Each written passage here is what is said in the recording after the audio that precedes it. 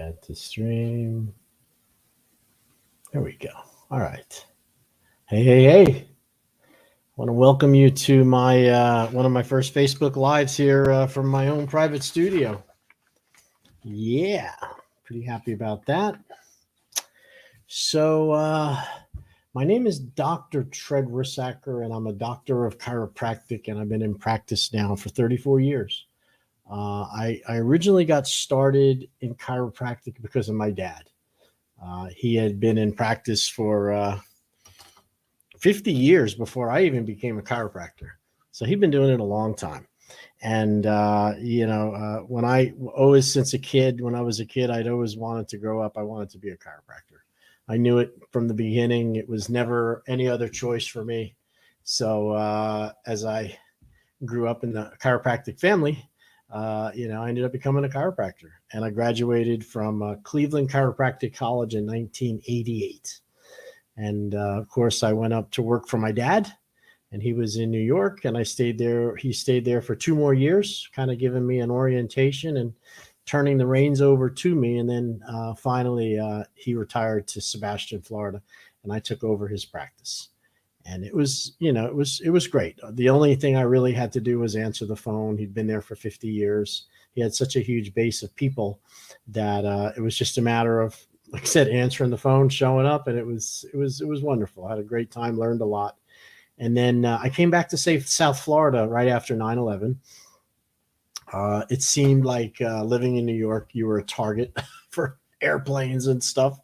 So my family, is in Stewart. So it was important for me to get back to where my family was. My brothers, my sisters, my mom and dad had separated when we were younger, although my dad did live in Sebastian. So in 2004, basically, I started practice again right here in Stewart. I started in on Stewart, right at the Monterey and US One Plaza there, where the Home Goods is, and the TJ Maxx. And there was a little hearing center, hearing RX store that we turned into my first chiropractic office. And I started with no people, and within about a year, I had built it up to over 100 to 150 a week in that little 2 rooms, sharing, it was no room at all. And I had the opportunity to move into a larger space there in the it's in the corner there in the breezeway. When you walk through, it used to be called the Golden Buffet. Excuse me. And they had half of the restaurant that they didn't use. And it was huge. It was like 4,000 square feet. And it had big high ceilings. And long story short, the landlord built it out for me. And I moved my practice from that hearing center into that other area there, that new space. And it was clean. It was beautiful. I had a wide open layout where there wasn't any more individual rooms. We had rehab in there. And within 2 years, I was up to 300, 350 people a week taking care of families. And, as time progresses, I was introduced to lasers. And the laser therapy that I was introduced to is what I do today. And it's something that I never, ever thought that I would not be practicing chiropractic until, my last breath. But these lasers were so interesting to me, and they were so incredibly, no one was using them. And I just couldn't believe that something like light would have so many beneficial effects on somebody. You could help somebody with so many different conditions. And let's be honest, I've been a chiropractor for a long time, and I've watched and witnessed, a chiropractor's office is usually the last block on, it's the last house they go to. They exhaust their friends' recommendations, what should I do? How can I get better? And then this is before people went online, and they would ask other people, and then they'd go to their family doctor who might give them some medication and might recommend some x-rays. And, if that doesn't work, they go to the orthopedic who doesn't want to operate right away. So they will do physical therapy. But since neither medical doctors, physical therapists, or orthopedics deal with alignment, deal with the structural alignment, which is the cause of the breakdown of the back of your nervous system. When your bones are in alignment, everything is good and hunky-dory, but you suffer a fall, an injury, an auto accident, you hold the phone too long in your ear, and you can subluxate and cause misalignments in your spine. And oftentimes you don't feel it. Most of the times you will not feel it. So it's hard for somebody to realize, why is my hand hurting when I didn't do anything to my hand? Well, because the nerve that feeds your hand emanates from the neck, and those bones can get out of alignment and you don't feel it go out of alignment, but the nerve is being pinched and irritated by the misalignment, and thus your hand starts to hurt. Or it could be a stomach problem. You didn't realize that, you'd picked up that heavy weight or, heavy trash bag and leaned over the car and felt maybe a little pull in your back, in the middle of between your shoulder blades, and nothing much, you rest, it seemed like a muscle strain. Well, those vertebra, your thoracic vertebra, they can get pulled out of alignment. And when they get pulled out of alignment, they can pinch the nerve, and oftentimes it's very subtle where you don't feel it. I can't stress that enough. Most people who have horrible back problems due to misalignments and subluxations never being corrected had very little warning or knowledge of the injury when it first happened, because it's accumulative. It accumulates over time until we start, going back and forth to doctors trying to find some help for this pain. And because the nerve system goes through your spinal cord and it controls all of your bodily functions, from your glandular function to your eliminative functions, to how your nervous system works, to your digestive system, to your neurological, the nerves and the circulation and muscles are all connected to the brain, to the organs, to the body parts, and it all has to travel through your spine.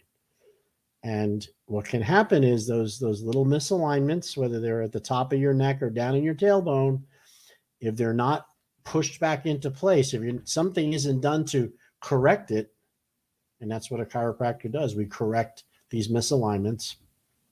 And then when you do that, the body is able to repair itself, its functions, and it works better.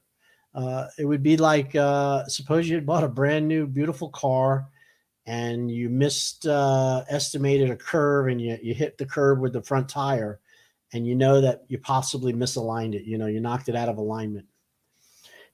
And then you notice your tire is wearing unevenly, and it's not, it's shaking when you go to brake it.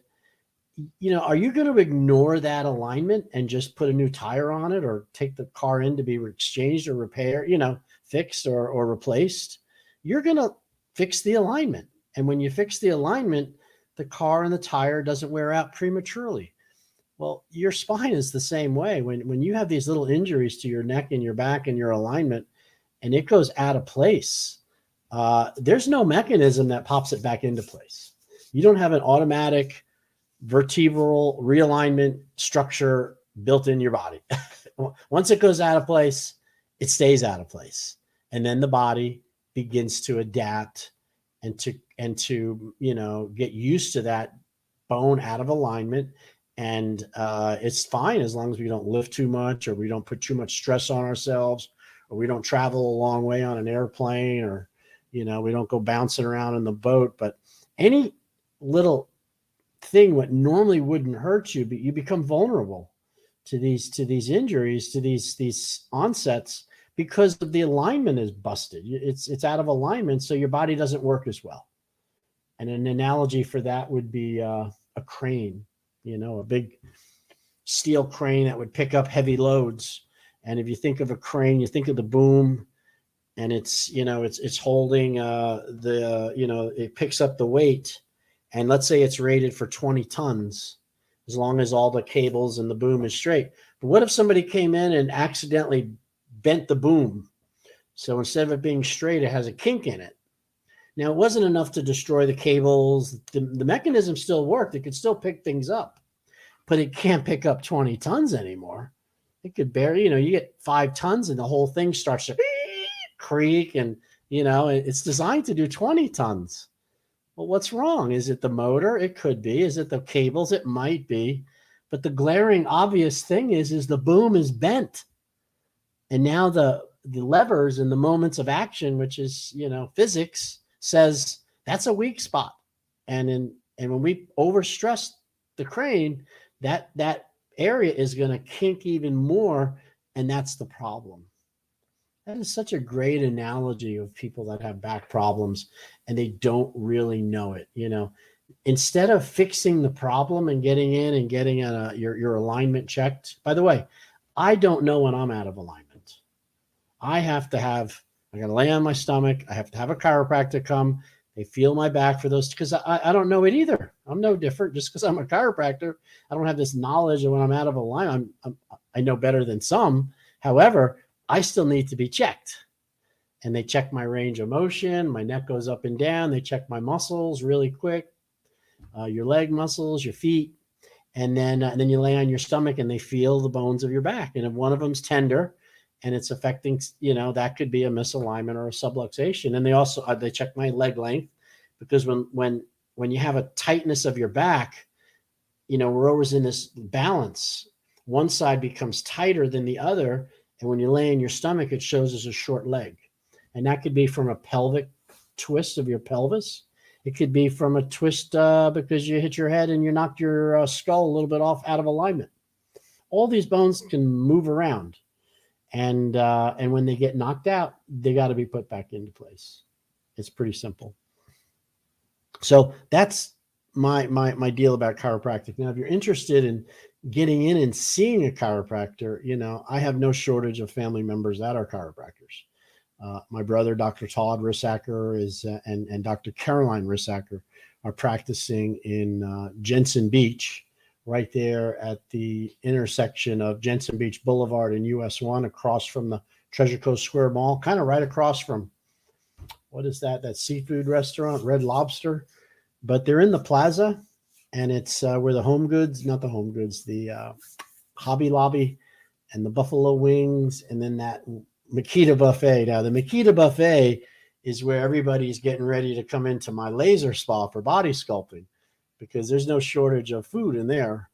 And but they're in that plaza, and you can go in, and usually consultations, if you call up, are no charge to see if they can help you. And of course, there's fees involved with exams and x-rays and things like that. But as far as going in and finding out, we have a pretty open policy that there's really no charge to find out if we can help. And all fees will be explained ahead of time. And I'm actually going to be moving. I'm going to be there on Thursdays, Dr. Tread. I'm going to be there on Thursdays only. And I'm going to be seeing patients that have more complicated conditions. One of my specialties is being able to bring in different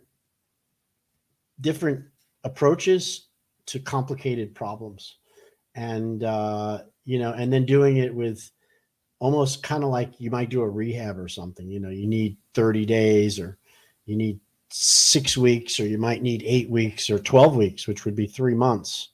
If somebody has a really serious health crisis, let's say you're 60 years old or 50 or 65 or 70, and you've had a history of back pain, and your back has what they call lots of spinal arthritis, spondylosis. Maybe you've had some disc herniations, some repairs, some bone grafts, to try to stabilize your spine. And yet, the nerves that leave the spine are now been damaged, and you're starting to show signs of neuropathy, which can come from spinal problems uncorrected, or even ones that are corrected. But as you get older, the spine degenerates.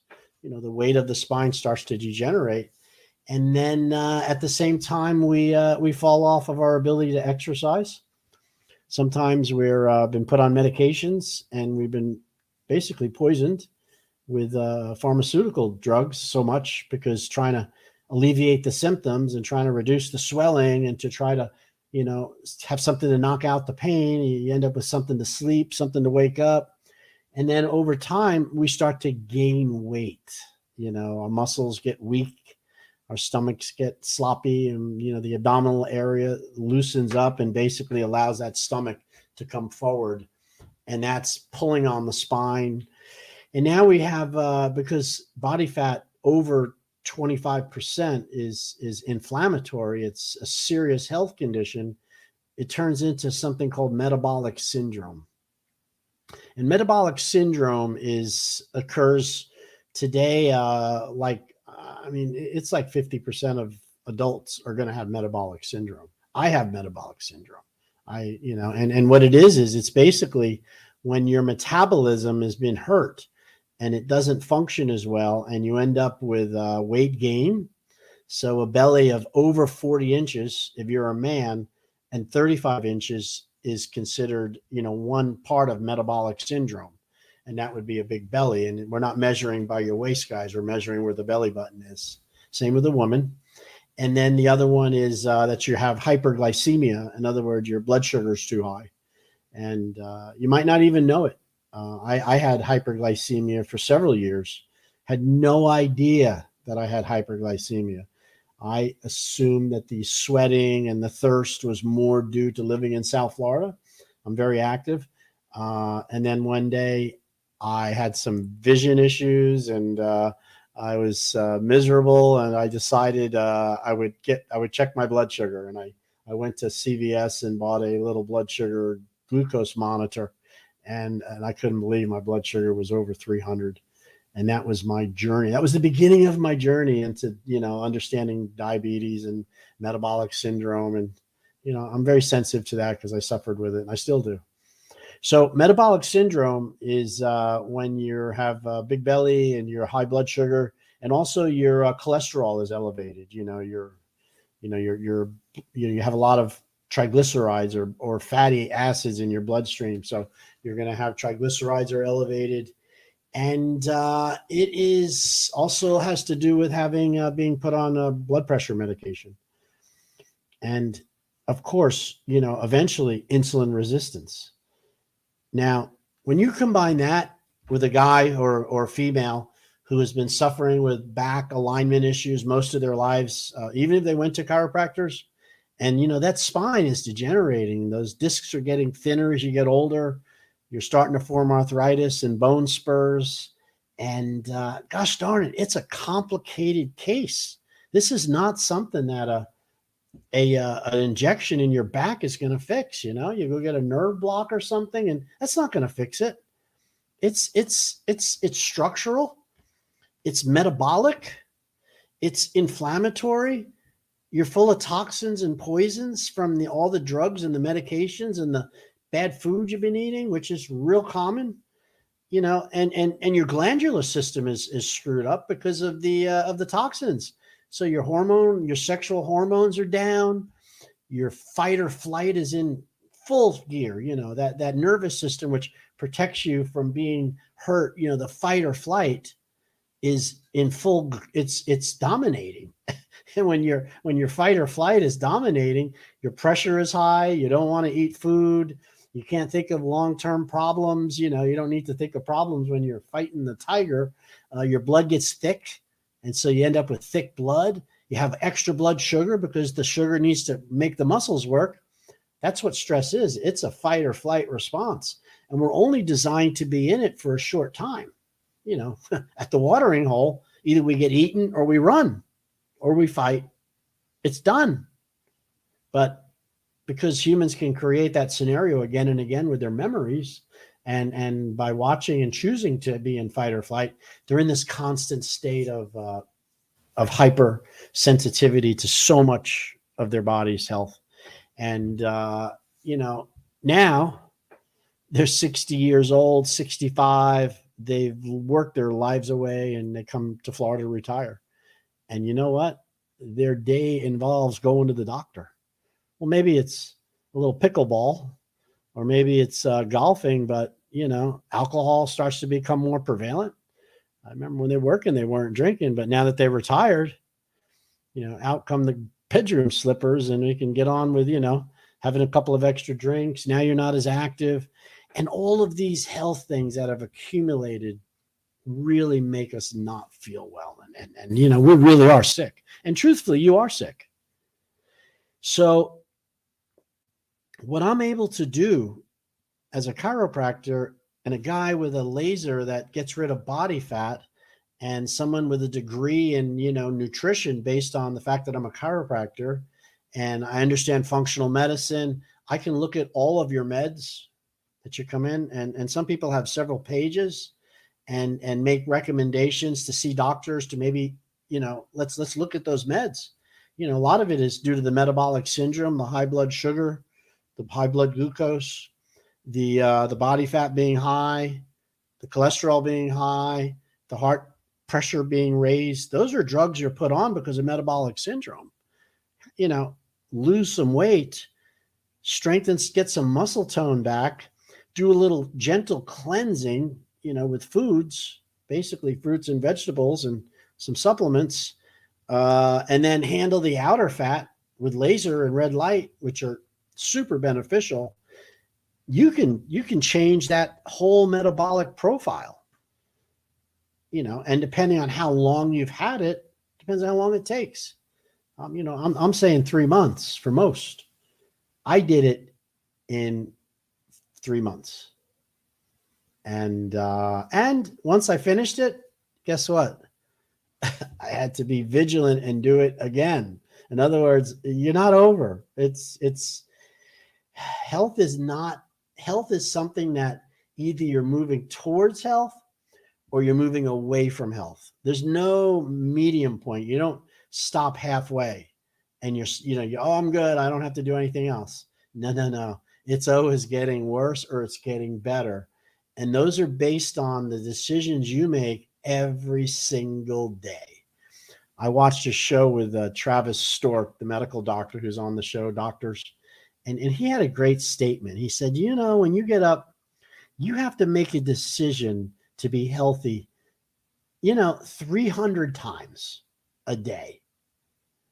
I was like, what? That's I didn't understand. He says, well, think about it. Are you going to, you know, when you get up in the morning, you know, are you going to shave? You know, are you going to brush your teeth? That's a decision you make. Are you going to shower? Or maybe you showered at night, but are you showering daily? Have you, you know, did you eat the right type of food? Did you make a good choice as far as food goes? Did you drink some water or did you just drink coffee? That's another decision you'd have to make for your health. You know, did you floss? Do you floss daily? Or maybe you floss only when you go to the dentist, right?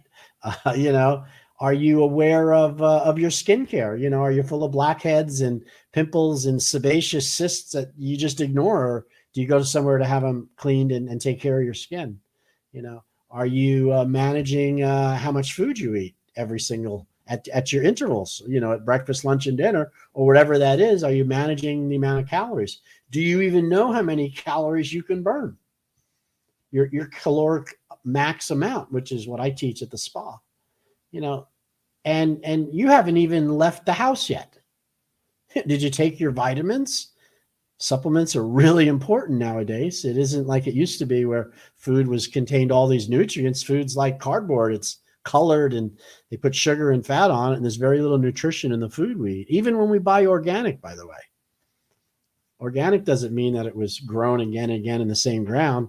I don't really know how they define organic. It's better than not. So you don't get the same supplements. What else are we not doing? You know, are we keeping our toes and our toenails cut? You can avoid cutting toenails, have an ingrown, you know, nail and lose your toe over it. Are you exercising? And I don't mean exercise like going to the gym. That would one way, but are you moving? Are you getting up and moving enough every day in every way, every joint, every day in every way? You know, are you putting on your seatbelt when you get to your car? Let me ask you, did you buy a safe car? You're driving some little, you know, car that's you're trying to save money, and because the gas is so cheap, and there's guys driving around in big Ford F-150s and F-250s and Teslas, those cars will win in an accident. I promise you. A Tesla weighs double what a normal car weighs. And when two cars smack each other and one weighs double the one that weighs the most is going to push the one that's little right out of the way. And that's the truth. I shudder when I see people in these small cars scooting through through the roads and around the corners and, on 95, not using their blinkers. It's incredible. In other words, we're not even to work yet. Are you going to work in an environment where you're being poisoned, where there's gas and there's smoke and there's fumes? And are you going to work with paints and thinners? This is how we get poisoned from toxins. And so again, you have to make the decision if you want to live long and be healthy. Now, there's something that was brought up to me at a podcast that I listened to. His name is Dr. Peter Attia. He's an MD, Attai. I get a lot of information from him. Same with Andrew Huberman, who is the Huberman's podcast, Lab Podcast, and Peter Attia, MD. And, Peter had talked about something called health span. Now, I mean, obviously, I know what lifespan is, and most of you do, is how long you're going to live. It's going to be 60, 70, 80. What's your lifespan?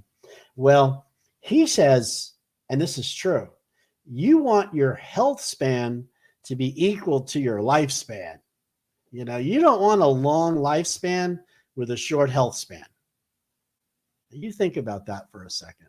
That is really, really important, because if your health craps out by the time you're 50 and you're going to live to be 90, my God, that's 40 years of suffering and going to doctors and taking meds and not doing the things you want to do, and, and assuming that this is just the way my life should be. And that is what I see happening a lot, more than I think we ever have in our whole existence as humanity. I mean, people's lifespans were done when they were 60, 62. Remember that song, Will You Still Love Me? Will you still talk to me when I'm 60? What is it, 64? That's when people were considered done. Now we're living into our 70s and 80s and playing pickle. We're much more active. But I would tell you that our health span has suffered because we're on medications to keep it that way. Taking blood pressure meds and not getting to the cause of why you have high blood pressure is a fool's errand. I mean, you have to do it. Don't get me wrong, but you need to find out why. And if you're taking pain pills or pills because your back hurts, or you're popping NSAIDs, non-steroidal anti-inflammatories, Advil and ibuprofens and these things, and because your knee hurts when you go shopping and it takes away the pain, and you haven't really got to why the knee is hurting, and maybe the musculature is weak, maybe your alignment's out with your back, maybe you're putting too much weight on your body and your knee hurts. So taking an NSAID, yeah, it gives you 2 or 3 hours of relief, but the degenerative condition is still there. That's going to affect your health span, not your lifespan, how well you function. And and that's my criticism with drugs. All right, so we're going to take a really quick short break here because I'm limited to a 30-minute time frame on this camera, and I think we're about out. And then I'm going to come back and I'm going to finish up with actually my weight loss 101 of what you have to do to stay fit and to lose weight as I teach in my office. Okay, it's very informative. It makes a lot of sense, and I enjoy doing it because I'm good at it. I've done it for a while. So we'll see if we get chopped off here by my camera. I think it's going to click off in about 3 seconds. Oh, there it is. Okay, so I'm going to come back.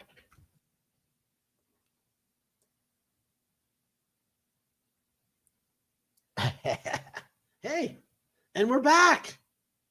Imagine that. I shut it off, turned it on, and we're back. Woohoo! All right, you guys, my wonderful thousands of people that listen and have been waiting for me to get back on the air. I appreciate it. This is my first live show I've done, and I'm getting back to the basics here, okay? So let's talk about weight loss and about food and choices. Okay. And I am not the kind of doctor that gives you a list of what you can eat and can't eat. This is what you have to eat. This is what you shouldn't. I mean, there's things which you need to eat. And, and the first one is you need protein. I mean, do not ever discredit the importance of protein. Your body is a muscular machine. Your muscles move your body. They power your body. They allow you to work. They allow you to play. It's what gets you up out of bed. All of the little muscles in your body are what move the fluids through the body. Your heart is a pump. There's the organs of your digestive tract. There's a huge muscular tube which moves things through your body, and peristaltic actions. These are muscular contractions. A muscle is made of amino acids, and amino acids are what protein is. So I think there's 24 amino acids. There's like 3 or 4. We have to eat amino acids. We don't get them from the vegetables. Not much. You can get some amino acids from vegetable proteins. However, if you're a vegan and you want to eat enough protein to build muscle back, compared to someone who's eating meat, you'd have to eat 4 bowls of beans, 4 bowls of beans to make up what you can get from like less than half a pound of beef. All right. And the protein that comes from the plants, it's not complete amino acids. It doesn't have all the 24 amino acids you need. So it's missing some.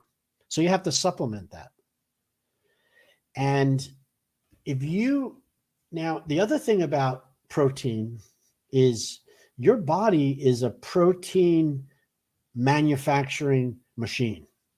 And as a result of the COVID and the mRNA vaccination that they're freaking jab, I don't know what to call it. Very upset over that, but that's a whole nother topic. We started to learn that our bodies make proteins, and the idea behind that COVID injection is they've taken the DNA, the RNA, messenger RNA, which is the blueprint for things. It can be a blueprint for proteins. And they have determined what the protein is for what they call a spike protein. And then that blueprint is injected into your body. And it's those little RNAs are wrapped in little fatty packets. It's a nano lipo technology. So they're taking that little protein, that mRNA, and they're wrapping it in a little piece of fat ball, small piece of fat, and that allows it to travel into the cell very easily. And once it goes into a cell, now it could be a muscle cell, it could be the cells of your reproductive system, it could be your those fetal cells, it could be a nerve cell, it could be other cells. What happens is when that mRNA goes into that cell, it hijacks and takes over that cell's protein manufacturing system. Every cell manufactures proteins. That's what we do. That's what allows us to build muscle, to build bone, to build tissue. Everything we build is by our body's cells manufacturing proteins. Your emotions, your neurological, all of your hormones are all produced as proteins by these cells. And the mRNA technology is injecting you with a dosage of RNA and hoping it's not going to take over all of your cells and only hijack a few. They used to say it was around where the injection site is. In other words, it stays in that muscle. Well, we know that's not true. It collects in metabolically active tissues, such as the heart, and in the sexual glands, in the what they call the fetal tissue. So, however, those proteins also are what make muscles. And in order to build muscle, when you exercise and use muscle's energy, you tear muscle, you break it down. And the way it's rebuilt is with amino acids from the food you eat. So protein is like really, really important for health and wellness. I mean, I'll go over exactly what's included in carbohydrates and what we get from that in a second. But the protein is quite amazing. Now, everything I'm telling you here, I'm not reading from a book. This is just my own knowledge and memory. I might not be perfect. Don't beat me up over it, but I can tell you protein is your friend with weight loss. If there's one thing that we have made in the spa to make a change of people is to get them to start eating more protein. It's really that simple, and protein comes from animals, or it comes from certain vegetables, which are high in protein. And that would be your green leafy vegetables. All right. So the other major food group, which is important to understand, are what we call the carbohydrates. So there's protein, there's carbohydrates, and there's fats. Okay, now what's interesting about proteins are there's no good or bad proteins. Okay, protein is protein. Now there's protein that, meat that's not good for you, like cold cuts and salamis, because they put so much other stuff in. It's processed. But as far as the protein goes, all protein is pretty good. You don't have bad proteins and good ones. You might have poor sources of protein where you're not getting much from it. However, protein is a good thing. So when it comes to carbohydrates, that would be plants in the form of vegetables or fruit. Okay. If it's got wings and it's got lips and it runs around on the ground or swims in the ocean or flies through the air, it is not a carbohydrate. Okay. Period. Case closed. And carbohydrates, because they're wheats and grains and flours and fruits and anything that's, carbohydrate now is something that is a building, it's everywhere. And what people have done, what humanity has done, is in an effort to make money, because money seems to be the fuel that powers everything. They have taken carbohydrates, which are very healthy and good for you, and they have concocted them and they have made them into something that really isn't healthy anymore. And they've done that by processing it. And I'll explain why processing is so bad for food in 1 second. And that is a major problem with our food industry right now, is those beautiful corn and vegetables and broccolis and wheats. Once you strip them of all their nutrients and once you process them, you've destroyed the energy within that food. You've devitalized it, and it turned into basically like almost toxic for you. Your body has to work to get rid of it instead of giving you life. So carbohydrates, there's good ones and there's bad ones. And a good carb is one that is natural and it occurs as close to the root as possible. In other words, it's fresh. And then a bad carb would be any carbohydrate which has been removed from the root for a long time. It's no longer part of, it isn't natural. It's been bleached. It's been pulverized. It's been baked. It's been, it's been mixed with other chemicals and stuff. These become what we call bad carbs. All right. And I'll explain a little bit why this is it's very interesting, by the way. I mean, really interesting. And when you understand this, you'll really realize what food choices you should eat and shouldn't eat. It's really obvious if you understand why we're eating food. Okay. And we got to talk about fats. Fats are really important. There's certain structures in your body which are made of fat. And it doesn't mean the fatty cells that are holding fat. That's part of it. But Your cell membranes, we're made up of individual tissue cells. There's heart cells and blood cells and muscle cells and all these different cells in our body. And a cell membrane, the surrounding of a cell, which holds all the contents within it, is a phospholipid membrane. It is a fatty membrane. But you need to eat fat to have good cellular health, because that's what makes the cells. It's also a lubrication for your body. It lubricates the joints. If you're not getting enough fats and you're not lubricating, and you'll have much more of a chance of having arthritis and other problems because you're not getting enough of the oils. Oils are also a very good source of energy.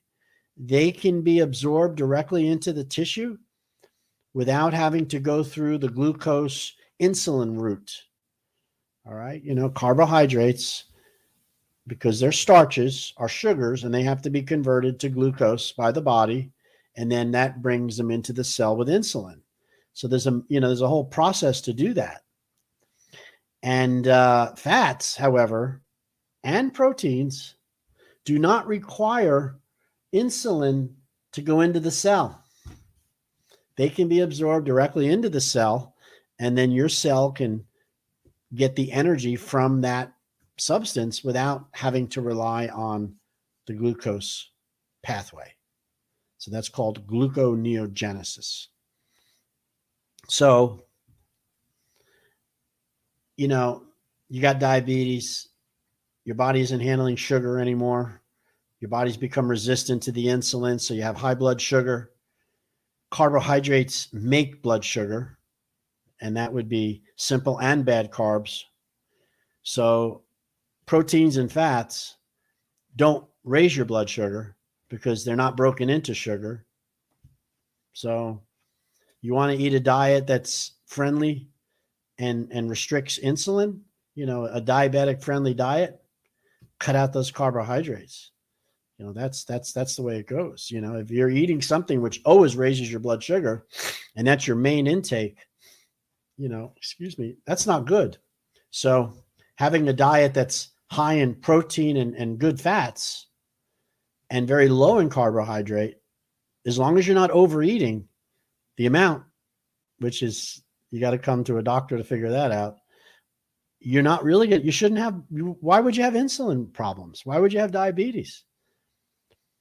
Because you're not raising your blood sugar the same. And that's really, that's just kind of like a rule of thumb. You don't have to know nutrition, but there's some rules of thumb that I'm going to summarize here near the end of this. Okay. And so that's why we eat fats. Fats aren't making you fat, everybody, nor is protein, unless you're overeating your daily amount. And that we got to talk about. All right. So, you're listening to Dr. Trev Rissacker.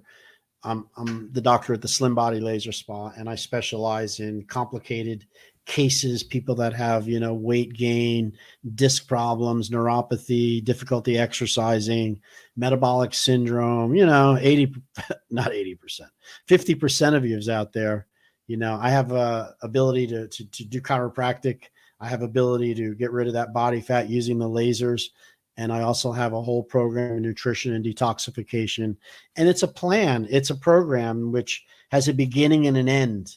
And it's something that I apply, and it's done kind of like an outpatient, and I'd love to be able to take you into a beautiful resort somewhere in Costa Rica and keep you for 3 months and offer all those services. Everybody gets better there, but we have to live in our world. So part of what I do is I can direct you to these different professionals, all who will handle each part of this problem. The blood sugar, the diabetes, the nutrition, the body fat reduction, which is, we're doing the chiropractic, and also the decompression tables. They work really well. Excuse me. So let's get back to this thing about diet. All right. Now, this is a really important thing to understand if you want to have a longer health span along with a long lifespan. You want them to match. Okay. We eat food to give us energy. Okay. Food is our energy. Just like the gasoline that you put in your car powers your car from to Fort Pierce or to Louisiana, right? It doesn't care. It's fuel. It's fossil fuel, actually. It's the same thing that starch was made of many years ago.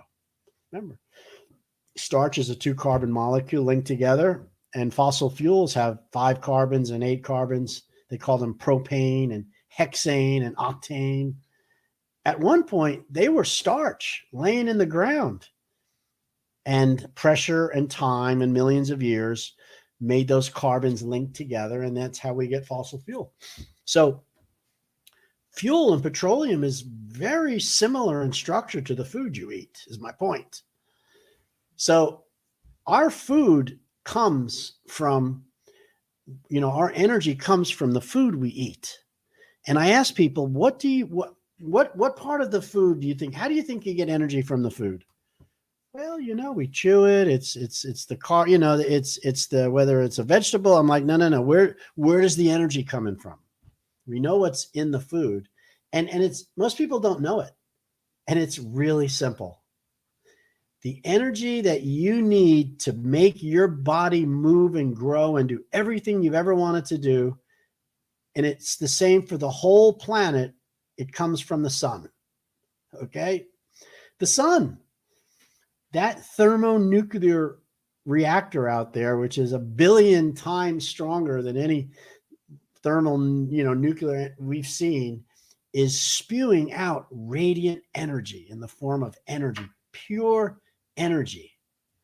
And it radiates from the sun. And early on, when the sun was there and we weren't, it has such mass that particles of dust and dirt and minerals swirl around it because it has mass, and from that particles, that's how they feel the planets formed. The planets formed because they struck together, they got dense, and as it rotated around the sun, it starts to absorb the sun, and the sunlight is what brings the minerals. And from the minerals, it also has to do with the attraction of and repulsion and attraction, which is the very basis of life, is positive and negative. Sun's an electrical generator. It also is what plants use to live. So the plant gets struck by the radiant light from the sun, and with chlorophyll and some other things very unique to a plant, they can turn that energy into a starch.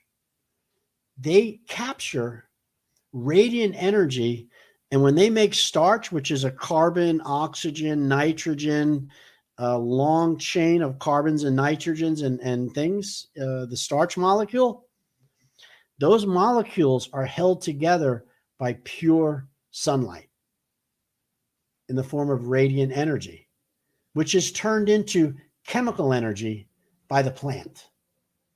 Okay? You getting with me there? All right. So now, how do we get the energy? We eat the plant. We eat the starch. So when you have a plant that has starch, it's a live food, it's naturally grown, it has a lot of energy because it's fresh. It has the energy still there. But what happens if that plant, you come back a week later, it's been pulled out of the roots, it's dead, it's decaying. Is there still energy there? A little bit, but not as much as when it was healthy, because the starches held that energy. So we eat the starch, it goes into we chew it, break it up, our stomach breaks apart with different acids and different substances that, these things which break up tissue, and it releases some of that energy into the body, but most of it goes into the cell as glucose, which is that same energy trapped now in a sugar molecule. So starch to sugar, holding that energy. And when we take that glucose into our bloodstream and it goes into the cell, it releases ATP. ATP is the energy that your body needs every single moment, every cell, every single massive amounts of ATP. Without ATP, life ceases to happen. And ATP is the end product of sunlight coming into a plant, radiant, turning into chemical in a starch. We eat the starch and we get the energy from it. So who doesn't want more energy? I want more energy. I love energy. I think it's great. However, am I eating it? I can't get it. The sunlight does give you energy, by the way. It's a whole nother topic, because our bodies do respond to sunlight in many, many ways that we're just starting to understand. It's part of our circadian rhythm. It helps with sleep. It helps with waking and sleeping. Melatonin is produced in the dark. It goes away in sunlight. Red light and yellow light in the morning is very beneficial for us when it hits our body and our eyes. It helps to calm down the nervous system. It helps repair tissue. It is so much stuff they're just starting to understand.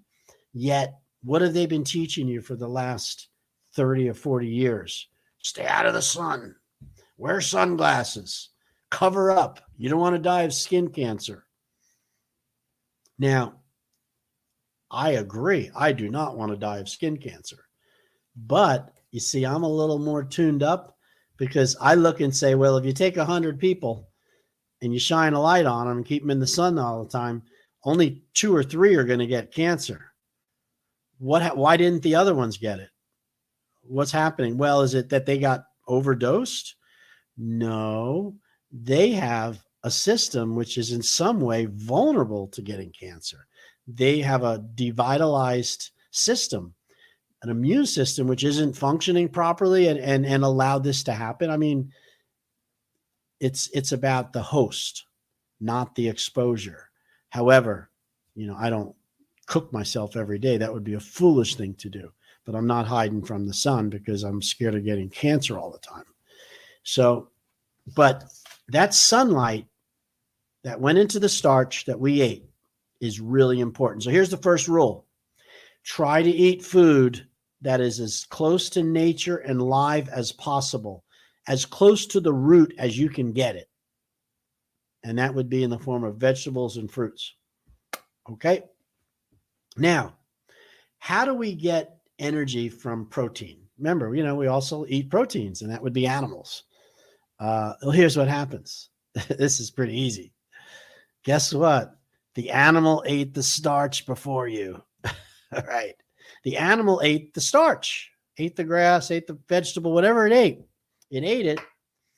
And when we make muscle, when we make muscle out of protein, it requires a lot of energy to hold those bonds together. So that energy from the starch is actually helping the muscle, the amino acids, to hold together. Now, the amino acid doesn't have the same amount of energy that comes from starch.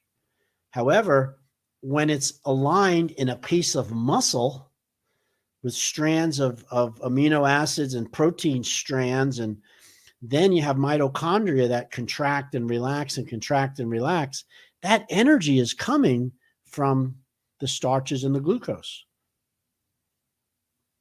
So, rule number 1, eat live food. If it's processed, if it comes in a box, if it doesn't go bad, if you leave it out on the counter, and it's really not good for you. Try to avoid it as best as you can. I know you can't get rid of all of it, but do your best to limit your amount of processed food, and you'll have a much lesser chance of having metabolic syndrome and diabetes and everything else. All right. Now, I hope that makes sense. That's what I teach at the office. Now, what happens is we really, our best skill is to store fat, is to make fat. We hold a lot of body fat. The human holds close to 20 to 25% body fat naturally. And not our ancestors, but other animals, mammals, which are live fur-bearing animals. We had fur once, I guess. I don't know. They say we're a mammal. Most of them only have body fat of between 3 and 5%. You know, an ape, a chimpanzee, a monkey, unless they're domesticated, they're very lean. And they have traded muscle, they've traded fat for muscle. So they have to always be following the food. They got to be looking for it. You know, it's 24/7 because they don't have that much fat. They can't hide. However, they're very strong and they have to defeat that way. Now, the human who has to live with monkeys is very weak and can't fight monkeys, really, or any creature like that. We can't. We just don't have the strength because we have too much body fat. And so you say to yourself, well, that doesn't sound like a good idea. Well, here's a fact. It's something that your body, you know, we're here. So you find your perfect place. Your tribe found the trees and there's fruit and you've got a place to sleep and the monkeys show up. I mean, and these monkeys will, you know, they're going to kill you if you stop them. And you're like, I got to hide. I can't fight these. So you're smart enough to hide. Most animals understand that, but a human understands it and knows why he's hiding. They have an instinct to hide, but we know why, right? Because we can't survive. We can't fight them. And I have enough body fat to stay hidden for a long time. In other words, my body fat stores will allow me to stay hidden depending on how much fat I bring in with me. And average human right now, 3 minutes without oxygen, we die. 3 to 5 days without water, we die. And you can go 3 months, most of us, without any food at all before we are near death. Okay. And some who have prepared for that can go a lot longer than 3 months without eating any food at all. So, and this is why we have body fat. We carry our fat with us. We don't have to bring our food with us if we have to run. So it's been a really strong evolutionary edge. And for that reason, we have a tendency of making fat much easier than we do getting rid of fat. Because it's easy to put it on. You can make fat. You can make 3 pounds of fat a day, okay? At least 1 to 2 pounds of fat a day without a problem. It can take you 1 to 2 months to burn a fat or 2 pounds of fat, and that you made it in a day. So this is why we're so overweight. Now, the other reason why we're completely morbidly obese is that we're never stopping eating. We're not taking the winter off. Your ancestors took the winter off. It was cold. There wasn't a lot of food.